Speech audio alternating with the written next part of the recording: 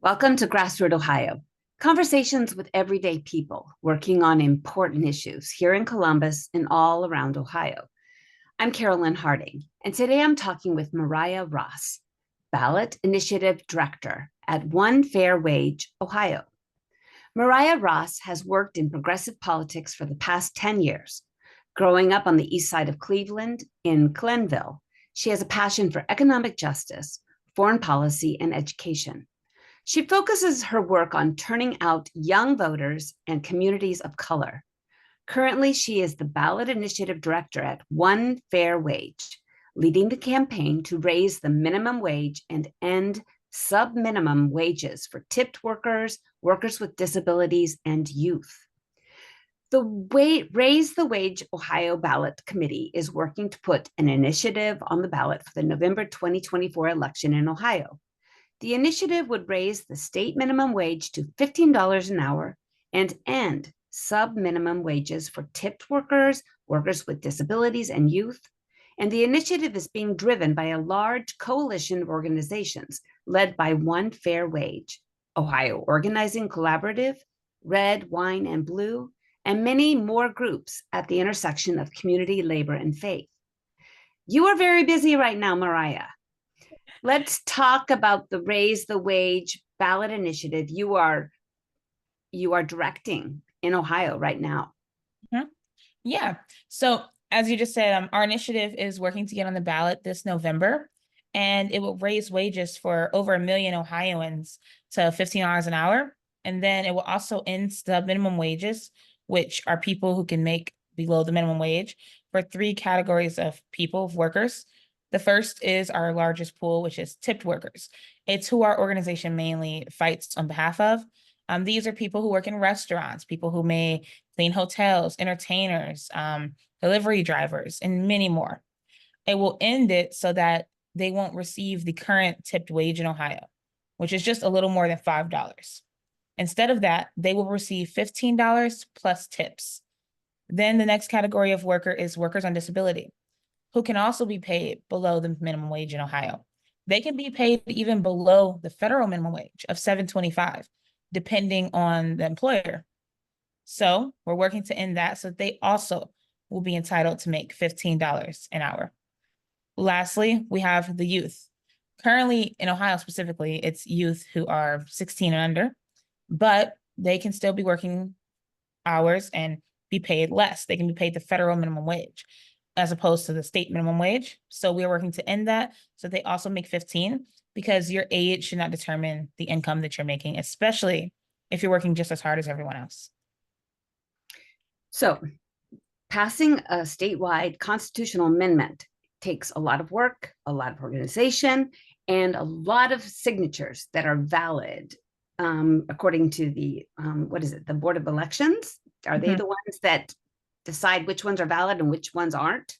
Yeah, it's the Board of Elections and the Secretary of State office. So what's going to happen is we have to collect 413,000 and some change signatures that are valid. So to do that, we are working to collect over 700,000 signatures across the state, which we will then turn into the Secretary of State. The Secretary of State's office will then distribute those petitions to the correct counties for validation. I see.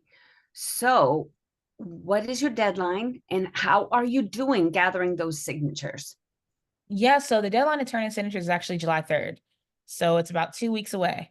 So we're in our final sprint to hit our goals and collect our remaining about 200,000 signatures, sorry. So the deadline is July 3rd, and you need over 700,000 signatures. And are there any areas in Ohio that you need more help in than others? Definitely. Warren County, Claremont County, Butler County, and we just recently moved into Montgomery County. So the counties surrounding that county, such as Greene, Clark, Miami, those are counties we really need help in. We've closed out a lot of counties already, but any rural counties we always could use more help in, specifically Fairfield County, and then help in Lake County and Stark County. So a little bit of pockets all over the state, but we definitely have lots of counties. We want to validate as many as possible. In Ohio, you have to validate at least 44 counties. legally to meet your requirements out of the 88 counties in the state. So we're targeting more than that so that we can ensure that we have enough counties in case one falls off. So, Mariah, tell me how you personally got involved in this work and in this ballot initiative. Mhm. So I grew up on the east side of Cleveland in a neighborhood called Glenville, and there is a lot of economic disparity. Watching people live in poverty, even if they're working 40 plus hours a week. I've always cared deeply about economic justice. And so when I heard about this ballot initiative, I was excited because they were hiring and I reached out and I was able to get involved with it.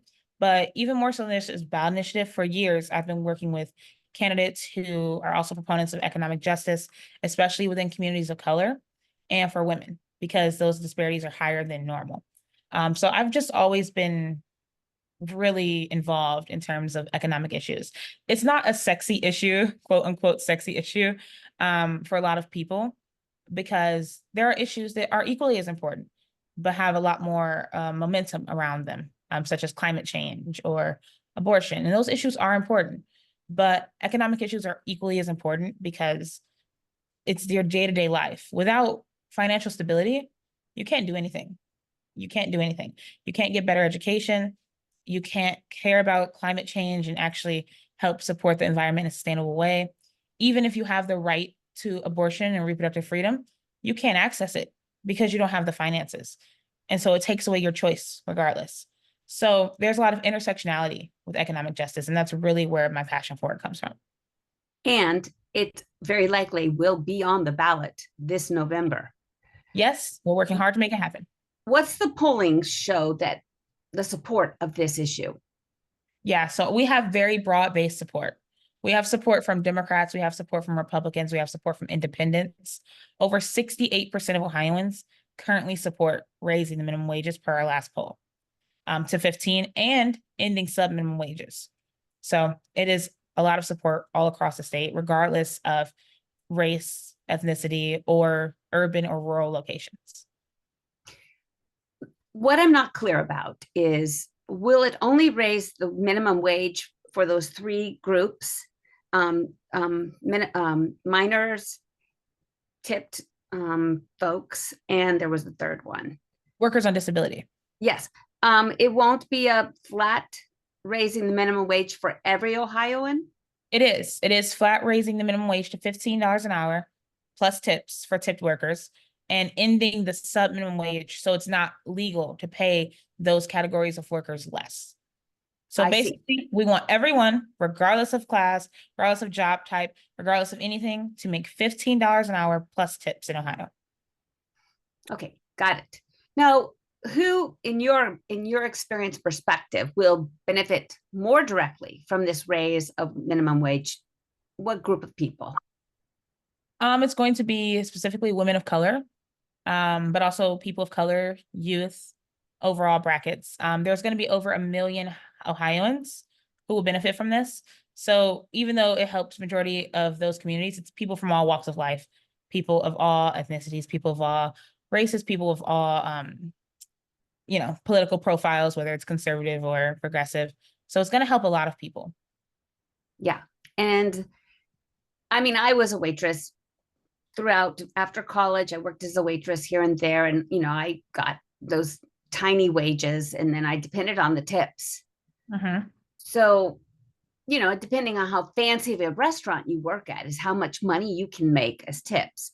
Are you getting any pushback from the restaurant association or from waiters who are making really good income with their tips? Yeah, so the average waiter, the average wait staff makes about $14 an hour, including tips in Ohio. So we're not getting a lot of pushback from service staff. Our members are actually people who work in restaurants, and they tell us stories all the time about how their tips aren't enough. Some days they don't get any tips. Some weeks they receive a $0 paycheck. And that's because the pay that they did receive, their base pay, all went to taxes. And they didn't get any tips. We have one member who works at Waffle House, and they have her on the evening shift. And she didn't get any tips for the whole shift, even though she worked 8 hours. And that week, her check was $0, even though she worked. And so we have a lot of people who work in restaurants and they don't necessarily make enough to get by and they live in poverty. So a lot of restaurant workers are with us and they support this. The Restaurant Association recently had a name change to the Ohio Restaurant Hospitality Alliance. And yes, they are our biggest opponents. It just boils down to the fact that they don't want to pay their workers a living wage. And we do. We think workers deserve the right to fair pay for fair work, and that anyone who's working any job, especially if they're working full time, should be able to pay their bills and take care of their families. Well, currently, what are restaurants allowed to pay as wages? What's the current wage? $5.25. Wow. Yeah. Wow. $5.25. And then the tips are supposed to fill in the gaps, which no person should be at the whim of patrons to decide like if they're going to make money that day. If I'm working, I should get paid. It's simple as that. Yeah. In Europe, servers are paid a living wage and tips are considered a small bonus. I mean, they make a living wage. And in Japan, the rule is simple: follow the locals and don't leave a tip anywhere you normally would, such as restaurant, hotel, car service. That's according to Beth Reiber, author of Frommer's Easy Guide to Tokyo, Kyoto, and Western Honshu. And in French Polynesia, Fiji, Japan, China, South Korea, absolutely no tipping. US waiters, food service workers depend on their tips. Where does that come from? Yeah. Why? That's a great question. The most common thought process is we tip because we know they make low wages. And when we ask why do they make low wages, it's because we tip. But that's completely wrong. Like you said, tipping started in Europe. It started in feudal Europe where there was a living wage with tips on top. However, when it came to the United States, it morphed into something much more malicious. Post-emancipation, after slaves were freed, there were two industries who wanted to use this new labor to get to as a cheap source of labor for their industries. The first, a famous story, was the Pullman Train Company. The Pullman Train Company hired 10,000 newly freed Black men. They named them all George, and they hired them as porters to carry bags. And they told them, we're not paying you a wage. You're going to work for tips. Unfortunately, they were not tipped very well, or at all in some cases. They were working for free on most days. They were treated terribly. But eventually they rose up in Chicago and they created the first Black union in the country, the Brotherhood of Tipping Car Porters. And that's a famous story. But there's a less famous story at the same time. And that's the story of what the restaurant industry was doing to Black women. The restaurant industry hired Black women to work in restaurants. And similar to the Pullman Train Company, told them, you're not getting a wage. You're getting just tips. They also were working mostly for free. After the Restaurant Association was created in 1919, we call it the other NRA, by the way, the National Restaurant Association, not to be confused with the, the NRA. So the other NRA was founded in 1919, and their main mission is to keep workers' wages down. They do not want to pay workers more, so they lobby the government. That's why we don't see a lot of minimum wage increases for tipped workers. Fast forward again in 1938, after the New Deal was happening because of the Great Depression, FDR was president, and he created the Fair Standard Labor Act, which is what created minimum wage in this country. However, Black women were left out of the New Deal because most Black women were working tip jobs at the time, and there was no tipped wage. It actually said if you made tips, you get zero minimum pay, just tips.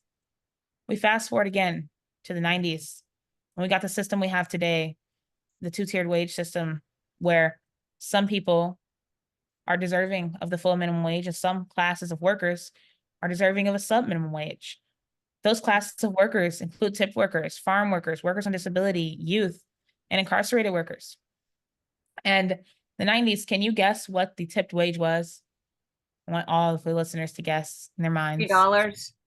$3? Nope, it was worse. It was $2.13. In the 90s? In the 90s? Yep, $2.13 for tipped workers. Fast forward till today, almost 30 years later, it's still $2.13 federally. It hasn't changed. It hasn't changed at all. And so that's where tipping comes from. It is a direct legacy of slavery. And that's what we're working to end and fight for women, especially women of color, who are still working in this industry. A lot of people don't know this, but 60% of all working women of color currently make minimum wage in Ohio. 60%. And the industry, the restaurant industry, is mostly women of color. The average restaurant worker is a 35-year-old single mother whose income is either 100% of the household income or more than half of the household income.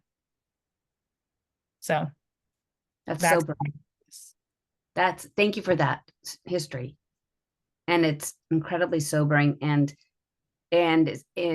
should empower and inspire everybody to work for this to pass, because we need everybody to be able to make a living wage in Ohio or in our country. But this would be a great win. So that's sobering and inspiring. Thank you, Mariah. No, thank you for asking. Yeah. So what businesses are allowed to pay minors a subminimum wage, and also people with disabilities and prisoners? Yeah. So all businesses are allowed to pay minors in Ohio the federal minimum wage of $7.25, as opposed to the state minimum wage of $10.45. So it's any business can do that, of course. Hopefully, some businesses may not choose to do that, but many do. And we recently saw a bill that was also put forth by the Restaurant Association to lower the age for serving alcohol in Ohio to 16. So not only are we currently paying minors less, but we also want them to do more work and put themselves in more danger. So that's all the businesses that can do it for youth. As for incarcerated workers, there's various businesses that may make contracts with prisons for labor, and the labor costs in prisons are very low. Of course, our issue doesn't change that right now. So this wouldn't affect them, but many, many, many corporations use prison labor, and laborers can be paid anywhere from 30 cents a day to a couple dollars a day for their labor. And it's still the one form of slavery allowed in the United States. It's in the Constitution. It says that if you're incarcerated, you can be put to work for manual labor. This is Carolyn Harding with GrassRoot Ohio, and I'm talking with Mariah Ross, and she is the Ballot Initiative Director for One Fair Wage Ohio. And it's an initiative that will be on the ballot this November 2024 that would raise the minimum wage to $15 an hour. So if passed in 2024, let's talk about how this works. Does it in January everybody gets $15 an hour, or is there a graduated increase? Yeah, so we have an incremental increase so that small businesses can better adjust. The first one is January 1st, 2025. The minimum wage will increase to $12.75. And then January 1st, 2026, it will go to 15. Yeah, okay. So it's gradual, but it's also quick enough to have positive impact. Definitely. Just 2 years. And are you still hiring canvassers? Are you asking for volunteers? Yes, we are hiring canvassers constantly all over the state, especially in some of those rural counties that we need to hit, or some of those suburban counties that we need to hit still. So we're hiring canvassers all the time. You can look on Indeed to find our job postings, or on our website to find our job postings. What is your website? It's onefairwage.org. Okay. And do they just go into the general website and find the Ohio page? Yes, or they can go to raisethewageoh.org. So Raise the Wage Ohio, but just OH abbreviated. As for volunteers, we need them all.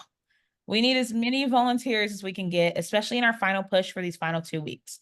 Even if you can only volunteer for one day, it's going to make an impact because every single signature counts. You can volunteer for us by going to Mobilize and finding all of our postings for the events that are going on, or going onto the website and clicking the volunteer button and entering your information so that we can reach out to you. Are you paying your canvassers $15 an hour? We're paying 20 to 25.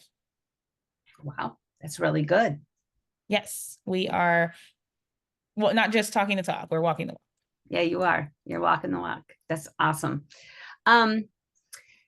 Let's talk about what the long-term goals are of your group. Yeah. So after we raise wages for over 1 million workers in Ohio, we're not planning on leaving Ohio. We're planning on staying long-term to continue to advocate for restaurant workers, assist with implementation, and continue to build our base here in Ohio. As I said, we are a membership-based organization. We're not just a campaign that came to run a campaign to win and then leave. We're here to build worker power for the long term. So we will remain for many years and continue to advocate for restaurant workers and other categories of workers who are making subminimum wages, such as workers on disability and youth. And personally, Mariah, you grew up in this east side of Cleveland, and you saw poverty firsthand. Did you did you get involved in organizing at a young age, or did you go to get university, or did you just start working? What was your path? Yeah, I started getting involved when I was 15. I was volunteering at the local field office that was on St. Clair for the Democratic Party. I'd also help local candidates with their city council races. I started helping out at a group called For Our Future. I interned in Senator Brown's legislative office when I was 16. So I did a lot of different things. So are you going to continue organizing, or are you going to run for public office yourself? No, I like to be on the back end. Prefer working with people and fighting for issues because I feel like the best way to make change is actually change the laws surrounding issues. I used to help a lot on candidate campaigns, but I personally strongly believe now that the best way to do things is to have it be people led and have direct impact on the issues, which is why I believe in ballot initiatives, citizen led ballot initiatives so much, because it's things that the citizens want. They've been saying they want it for years, and no one has listened. That's right. But to get to what the place you are, it's got to have this huge momentum, and the group of Ohio voters have to be aware of it, and they have to be ready for it. And this is your time. I reached out to the End Gerrymandering organizer, and I'm going to cover a story with them in a couple of weeks. But I said, who else is really needs to get exposure out there, and who is really working on a valuable campaign? And she talked about your campaign and said that if that we could have you on our show, it would be really helpful. So we will work really hard to get this out. What is your one wish and ask of our listeners and our viewers on GrassRoot Ohio? Well, sign our petition for one. If you haven't signed it already, look for people in pink shirts or pink hats. They might be in front of your local grocery store. They may be knocking on your door or in front of a library. But if you see them, don't just walk past them. Stop and sign their petition. Next, if you are available, volunteer. You don't have to volunteer and go to a hot spot or knock doors. You can just have your friends and family members sign the petition, which would be a big help as long as they're registered voters.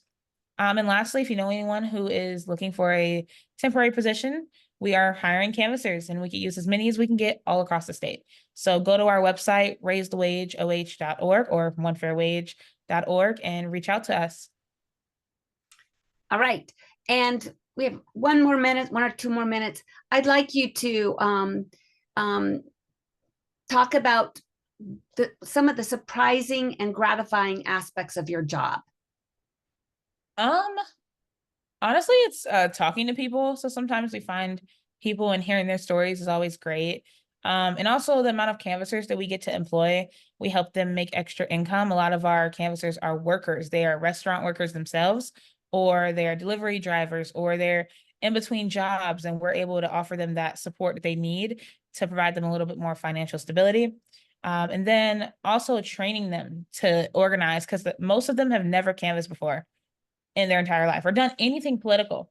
You know, so many of them, they come, they're not even registered to vote. We get to register them to vote, tell them about the importance of voting in local elections and statewide elections, and educate them that they're going to be able to vote themselves a raise this year. And they get really excited. Like, so seeing them learn more about how the economy works, and then talking to people within the community about it.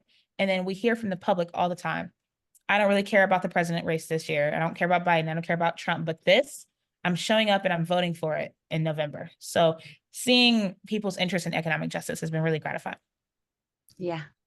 And actually interviewing you and learning about the origins of tipping, having been a waitress myself and experienced, that kind of payment, to hear the social justice aspect of tipping and how it's been so discriminatory towards Mhm. people of color. That's been very gratifying for me today with you, Mariah. Thank you. A lot of people actually don't know that to this day, most tipped workers of color actually make less in tips than other workers. And it's really disheartening. I myself was a tipped worker once. I worked at Bob Evans. I also worked at other restaurants like Subway and different things. So I know what it's like to get less tips than everybody else for no reason at all, other than the color of your skin or how your hair is for a specific day. So it is important for everyone to understand the discriminatory practices that continue to be perpetrated, especially in Ohio in 2024. Everyone deserves fair pay. It shouldn't matter what you look like. Everyone deserves a living wage. Mhm. Okay, Mariah, I've taken a lot of your valuable time because I know you're in the heat of it. You've got 2 more weeks to get those signatures. So, folks, if you can help, they probably can take donations as well. Get out there, sign the petition, sign up to volunteer, sign up to Canvas. And what is the best email that you can give folks right now again, Mariah? Yeah, so you can email 2 emails. My personal email, it's Mariah, MARIAH at onefairwage.org. You'll get my phone number when you email me. So it automatically sends you my phone number. And then next is Ohio, OHIO at onefairwage.org. And that is that the website? No, that's the email. Those are just the 2 emails. Okay, give us the website too. Website is raisethewageoh.org or onefairwage.org. Okay, it's very exciting. Yeah, I'm excited. And I'm Yeah. hoping that all of you will come sign the petition and volunteer. All right. And thank you, Carolyn, for having me on today. I really appreciated it. Mariah, thank you so much for what you're doing. I really respect and honor what you're up to. Thank you. Thank you. You've been listening to GrassRoot Ohio radio podcast with Mariah Ross, organizer with One Fair Wage Ohio, working on the Raise the Wage Ballot Initiative for November 2024 in Ohio. And again, thank you so much for joining us. Thank you. In addition to our Friday 5 p.m. broadcast at 91.9 FM WGRN.org, GrassRoot Ohio airs on Sundays at 2 p.m. at 92.7, 98.3 FM WCRSFM.org. You can also find us on SoundCloud, Apple Podcast, Spotify, YouTube, Facebook, and Instagram. Thanks for joining us.